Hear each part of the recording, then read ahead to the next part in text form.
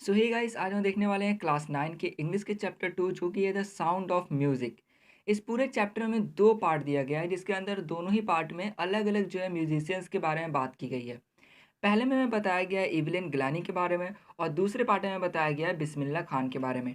तो यहाँ पे स्टार्ट करते हैं, सबसे पहले जानते हैं इवलिन ग्लैनी के बारे में। तो यहाँ पे टॉपिक आता है Evelyn Glennie listens to sound without hearing it. बहुत ही इंटरेस्टिंग सा टॉपिक है, तो आइए देखते हैं कि हमें इसमें क्या बताया गया है।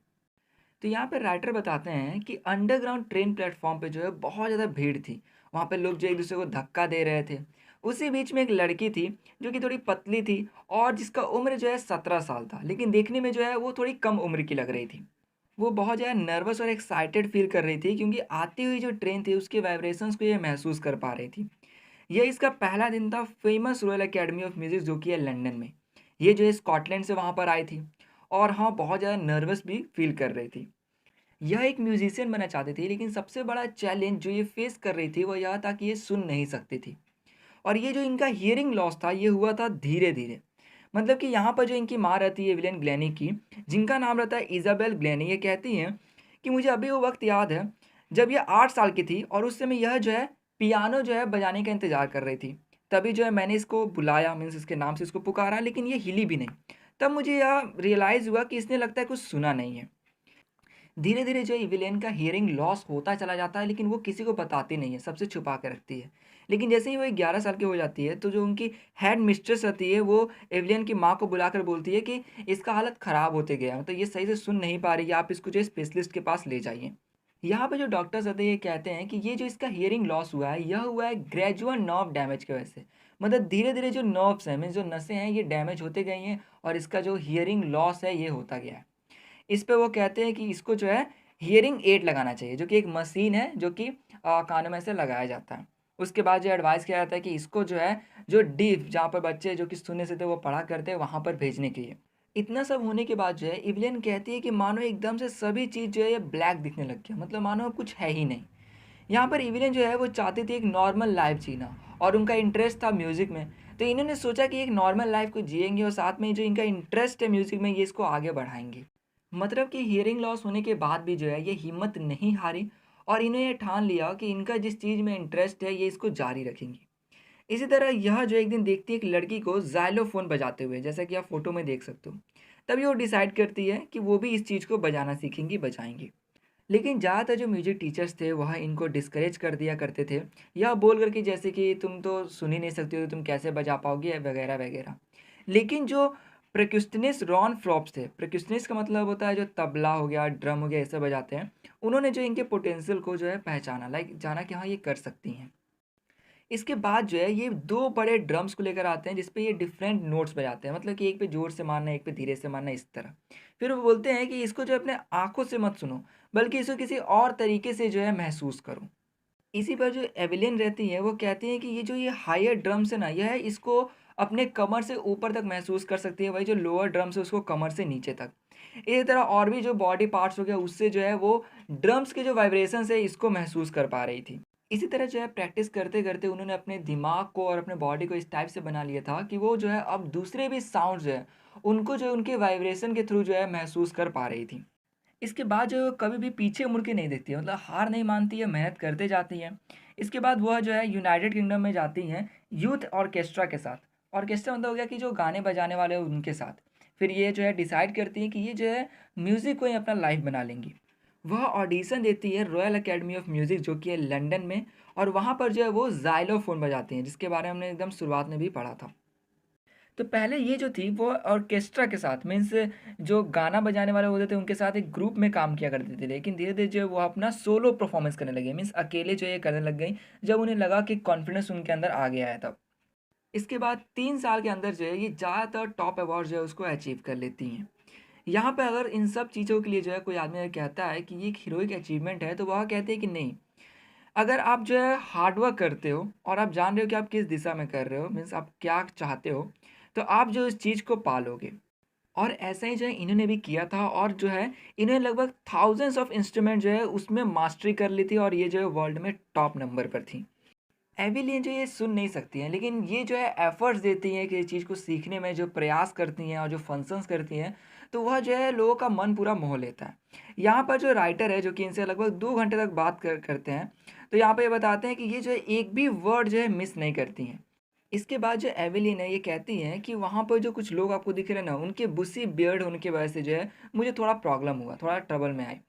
मतलब कि यहाँ पर ये बताना चाहती हैं कि ये जो है जब किसी से बात करती हैं तो ये लोगों के पूरे फेस को देखती है, सिर्फ लिप्स को नहीं, बल्कि उनके पूरे फेस को, उनके आइज़, इन सबको, जिससे उसे पता चलता है उनके एक्सप्रेशन से कि आखिर लोग क्या कहना चाह रहे हैं। लेकिन उन लोगों की बुसी बियर्ड में झाड़ी जैसे दाढ़ी होने की वजह से जो है उनका लिप्स इनको नहीं दिख पा रहा था, इसलिए समझ नहीं पा रही थी सही से कि आखिर वो बोलना क्या चाह रहे हैं। इस वजह से ये कहते हैं कि उनको थोड़ा ट्रबल हुआ। इसके बाद राइटर कहते हैं कि बिना किसी गलती के जो है स्कॉटिश लिल्ट में बात कर ले रही थी, मतलब एक उस लय में, जैसे स्कॉटलैंड वाला बोलते हैं उसी तरह ये भी बोल रही थी उन्हीं के सेम लय में बिना किसी गलती के। इसी पर एवलिन कहती है कि मेरी आवाज़ साफ़ है और मैं सही से बोल पाती हूँ, क्योंकि जब तक मैं 11 साल की थी तब तक मैं जो है सुन सकती थी, मतलब सुनते सुनते इन्होंने सीख लिया था। इसके अलावा एवलिन को फ्रेंच और बेसिक जापानीज़ भी आती थी, लेकिन यहाँ पर ये नहीं पता चल सका कि आखिर उन्होंने उस लैंग्वेज को किस तरीके से मैनेज करके जो है सीखा था। इसके बाद ये म्यूज़िक के ऊपर कहती हैं कि जो म्यूज़िक है ये मेरे बॉडी के हर पार्ट से बहता है, जैसे कि इनके स्किन हो गया, चिक बोन्स, हेयर एक्सेट्रा। यहाँ पर ये कहती है कि जब भी ये जाइलोफोन बजाती हैं तो स्टिक से जब वो बजाती है तो स्टिक से होता हुआ जो वाइब्रेशन है इनके फिंगर टिप तक जाता है, मतलब कि इनको जो है महसूस हो जाता है। इसके अलावा जब भी वो ड्रम्स बजाती है तो उसके जो वाइब्रेशन है, जो साउंड है, उसको भी अपने बॉडी के थ्रू वो महसूस कर पाती। यहाँ पर ये बताती हैं कि जब भी वो किसी वुडन प्लेटफॉर्म पर जाती तो वहाँ पर अपने जूतों को वो निकाल देती, जिससे कि जो भी वो म्यूज़िकल इंस्ट्रूमेंट बजा रही हैं उसके वाइब्रेशंस को जो है वो अपने पैरों के थ्रू भी जो है महसूस कर पाएँ। ये चीज़ याद कर लीजिएगा, क्योंकि एग्ज़ाम में मेनली ये पूछ देता है। जैसे कि जब भी वो वुडन प्लेटफॉर्म पर जाती तो क्या करती, या फिर वो जूते क्यों निकालती थी, इस तरीके से। अब यहाँ बताया जा रहा है कि इनका परफॉर्मेंस बहुत अच्छा था, इस वजह से जो है इनको 1991 में रॉयल फाइल हार्मोनिक सोसाइटी, जो कि एक म्यूजिक सोसाइटी है, उसके द्वारा सोलोइस्ट ऑफ द ईयर का अवार्ड मिला था। सोलोइस्ट मतलब होता है कि ऐसा आदमी जो कि अकेले गाना गाता है, ठीक है।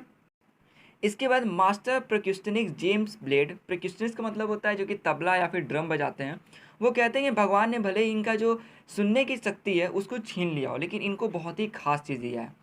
और वो कहते हैं कि जिस चीज़ को हम लोग सुनते हैं उसको ये बहुत डीपली जो है महसूस कर पाती हैं, इसलिए जो है ये म्यूज़िक को इतने अच्छे तरीके से जो है एक्सप्रेस कर पाती हैं। इसके बाद एवलिन कहती हैं कि वो बहुत ही वर्कहॉलिक है, मतलब कि हमेशा काम में व्यस्त रहती थी। वो कहती हैं कि उनको ज़्यादा मेहनत करना पड़ता था बाकी जो क्लासिकल म्यूजिशियंस हैं उनके कंपेयर में। मतलब बाकी जो म्यूजिशियंस थे वो तो सुन सकते थे, लेकिन ये सुन नहीं सकती थी।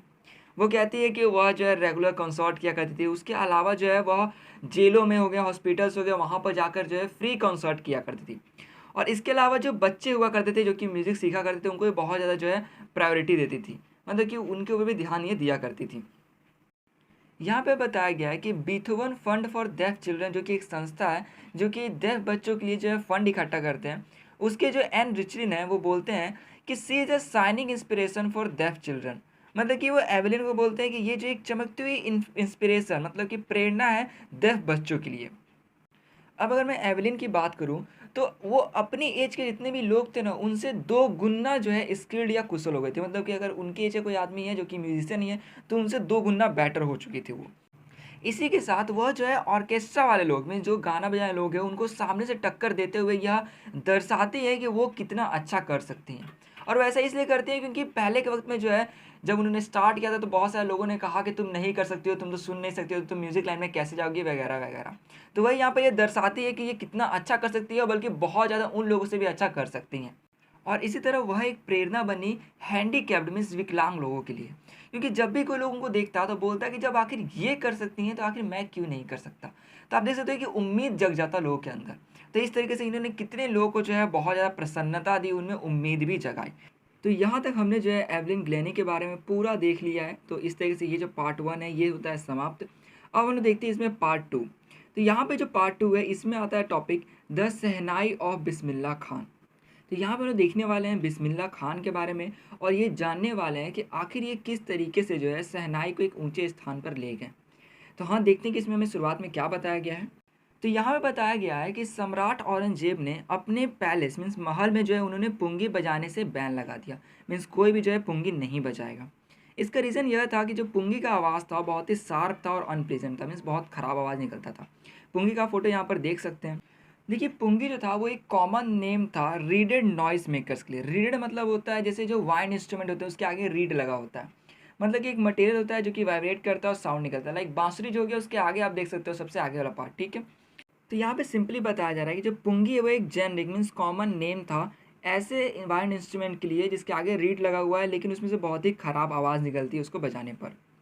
तो उस वक़्त जो है कुछ लोग सोचते थे कि कभी ना कभी ये रिवाइव हो जाएगा, मतलब कि ये वापस यूज़ में आ जाएगा, लाइक कोई इसको मॉडिफ़ाई कर दे, इसको थोड़ा बदल दे। तो यहाँ पे बताया गया एक बार्बर जो कि प्रोफ़ेशनल म्यूज़िशियन के फैमिली से था, मीन्स उसके फैमिली में कोई म्यूज़िशियन होगा, उसको जो है रॉयल पैलेस जो है उसमें आने की एक्सेस थी, मतलब कि उसके अंदर वो जा सकता था। तभी वो एक दिन सोचता है कि क्यों ना जो है ये पुंगी जो है इसके टोनल क्वालिटी मीन्स जो इसका आवाज़ जो है ना इसको सुधारा जाए। तो वो क्या करता है ना, एक पाइप लेता है जिसके अंदर नेचुरल हॉलो मीन्स वो नेचुरली खोखला हो, जैसे कि एक लकड़ी जो कि अंदर से खोखला हो और साथ ही पुंगी से जो है थोड़ा बड़ा और चौड़ा हो।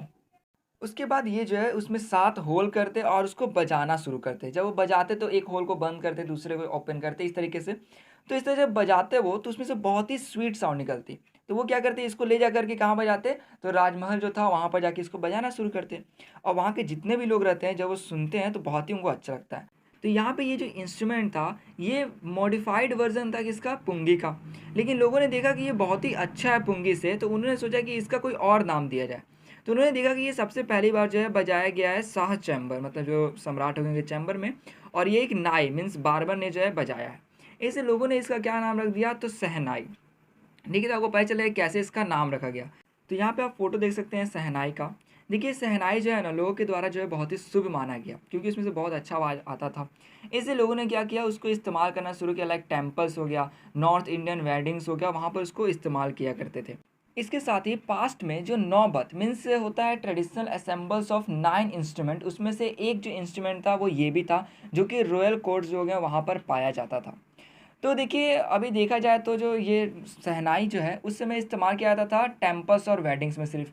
लेकिन बाद में एक व्यक्ति जो थे जिन्होंने इसको थोड़ा और हाई स्टेज पर एक क्लासिकल में सब हो सकते थोड़ा प्रसिद्धि दिलाई इसको, वो थे उस्ताद बिस्मिल्लाह खान। ठीक है, तो इनके वजह से क्या हुआ, तो ये और चर्चित हुआ ये शहनाई। यहाँ पे बिस्मिल्लाह खान के बारे में बताया गया है कि जब वो 5 साल के थे तब वो गिल्ली डंडा खेल रहे थे एक पॉन्ड के पास जो कि है डुमराव में, जो कि है बिहार में। वो वहाँ से जो है चले जाते थे बिहार जी टेम्पल में, जहाँ पर जा कर के जो है वो चैत जो कि एक भोजपुरी सॉन्ग टाइप में उसको जो है वो वहाँ पर गाते थे। और फिर वहाँ से जो है लगभग 1.25 केजी जो है लड्डू उनको मिलता था और ये दिया किसके द्वारा जाता था, तो वहाँ के लोकल महाराजा के द्वारा इनको दिया जाता था। अब यहाँ बताया जा रहा है कि ये तो 80 साल पुरानी बात है, मतलब इनके बचपन की। लेकिन जैसे ये बड़े हो जाते हैं तब जो है इनको हाईएस्ट सिविलियन ऑनर जो कि है भारत रत्न वो इनको दिया जाता है। यहाँ पर पहले तो इनके बचपन की बात की जा रही है कि बिस्मिल्लाह खान जो थे वो 21 मार्च 1960 में जो है पैदा हुए थे और वो एक म्यूजिशियन फैमिली से थे जो कि बिहार में थे।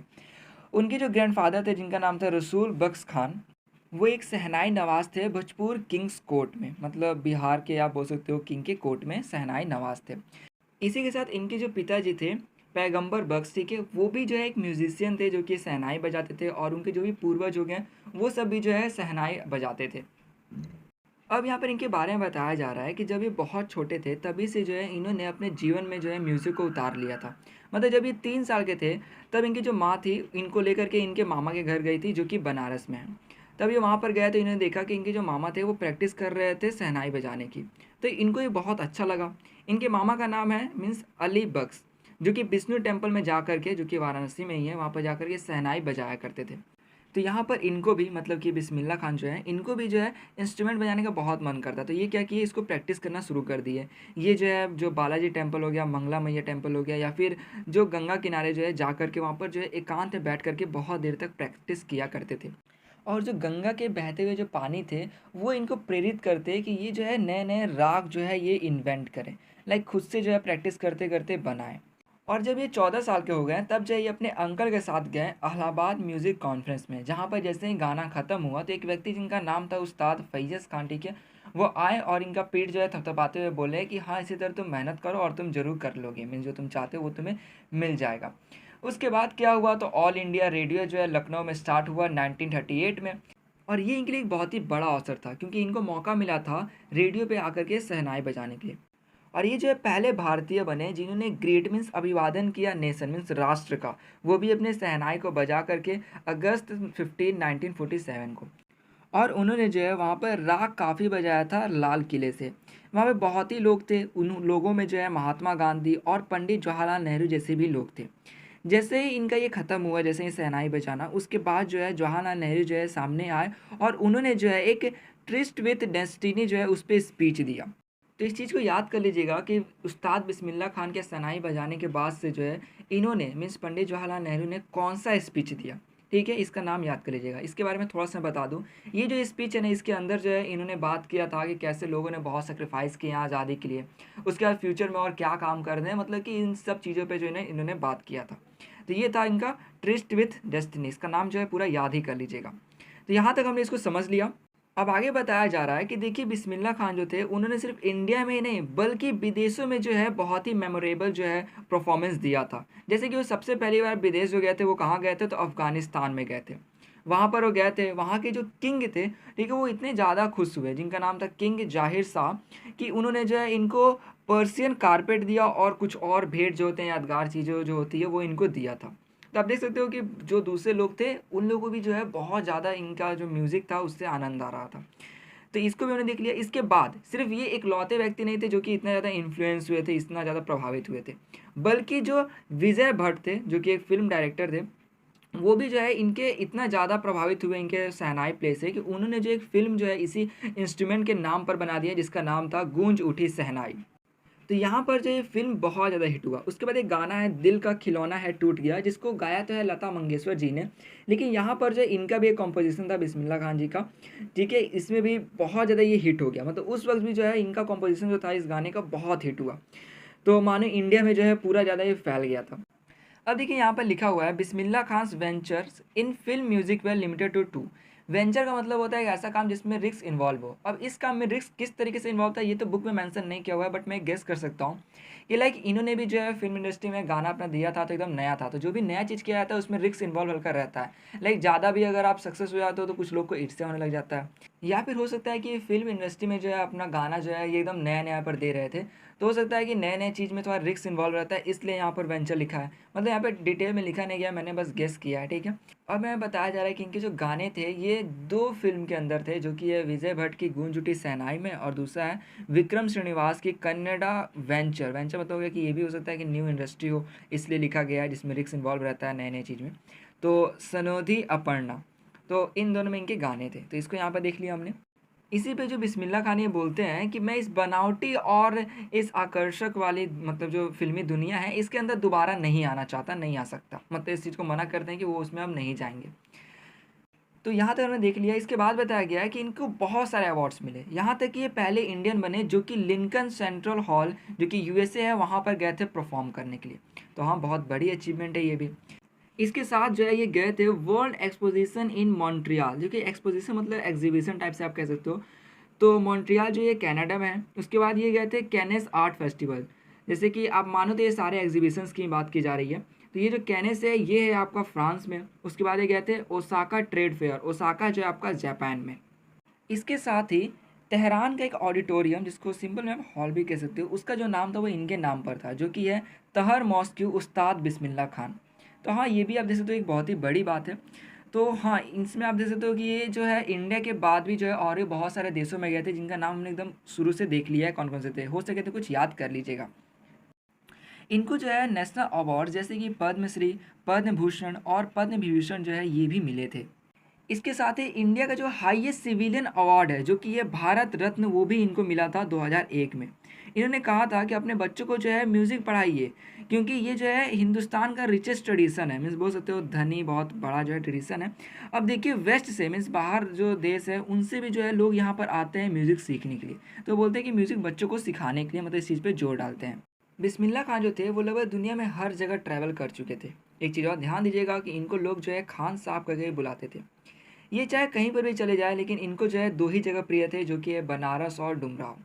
इसके बाद एक इंटरेस्टिंग सी बात बताई गई है कि एक जो स्टूडेंट था वो चाहता था कि जो बिस्मिल्लाह खान है वो यूएसए में आकर के जो शहनाई स्कूल है उसको हेड करें। उसने कहा कि वो वहाँ पर एक ऐसा एटमॉस्फेयर बना देगा जिससे उनको लगेगा कि वो बनारस में ही है। लाइक वो बोला कि मैं टेम्पल्स जो है वहाँ पर बनवा दूंगा जिससे आपको लगेगा कि आप बनारस में हैं। तो इस चीज़ में जो बिस्मिल्लाह खान रहते हैं वो बोलते हैं कि अच्छा तुम टेम्पल बना दोगे लेकिन क्या तुम जो गंगा है क्या उसको भी तुम यहाँ पर ला पाओगे। तो इस तरीके से मतलब वो बोलना चाहते हैं कि उनको सबसे ज़्यादा प्रिय कौन है, तो गंगा नदी जो है वो प्रिय, क्योंकि वहाँ पर बैठ करके वो घंटों जो है पहले प्रयास किया करते थे। तो इस बात को वो कहते हैं। वो कहते हैं कि वो जो है चाहे कहीं पर भी विदेश में चले जाएँ लेकिन हमेशा इच्छा रखते हैं कि कब जो है वो वापस हिंदुस्तान जाएँगे। क्योंकि उनका जो है डुमराव जो हो गया, बनारस जो हो गया और जो गंगा नदी है उससे बहुत ज़्यादा लगाव था। एक बार जो इनसे पूछा जाता है कि जब पार्टीशन हुआ में जब इंडिया पाकिस्तान अलग हुआ तो क्या आप और आपके फैमिली ने ये सोचा नहीं पाकिस्तान जाने का?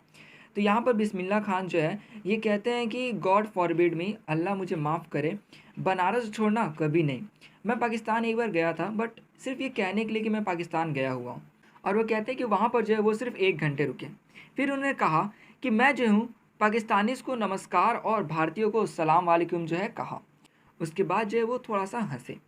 इसके बाद कहा जाता है कि जो उस्ताद बिस्मिल्लाह खान है ये परफेक्ट एग्जाम्पल है rich culture heritage of India के। मतलब कि कल्चर हेरिटेज मतलब होता है कि जो पास्ट की चीज़ों को भी जो है मानते हो, लाइक ट्रेडिशन रिचुअल्स इन सब चीज़ को उसको भी आगे फॉलो करते हो। ठीक है, तो यही यहाँ पे बताया जाए जैसे कि इन्होंने म्यूज़िक को किया। उसके बाद वो कहते हैं कि उनके जैसा कोई भी मुस्लिम जो है वो नेचुरली मीन्स प्राकृतिक रूप से या फिर आप कहो नॉर्मल वे में जो है आराम से जा करके काशी विश्वनाथ टेम्पल में जो है हर सुबह शहनाई बजा सकता है। तो ये था पूरा इस चैप्टर में हमने पार्ट 1 और पार्ट 2 भी देख लिया। तो आशा करूँ आपको पूरा ये जो है समझ में आ गया होगा। तो अगर वीडियो अच्छी लगे तो प्लीज़ लाइक कर दो, दोस्तों से शेयर कर दो और हाँ, कमेंट करके बताना कि आपको कौन-सा पार्ट और किस पार्ट में क्या अच्छा लगा। और हाँ, जाने से पहले कहना चाहूँगी यार सब्सक्राइब बटन को क्लिक कर देना, चाहे उस पे उछल-कूद करो, कुछ भी करो बस क्लिक कर देना यार। तो हाँ, इस वीडियो में पूरा इतना ही था, पूरा चैप्टर समाप्त होता है, मिलते हैं नेक्स्ट चैप्टर में।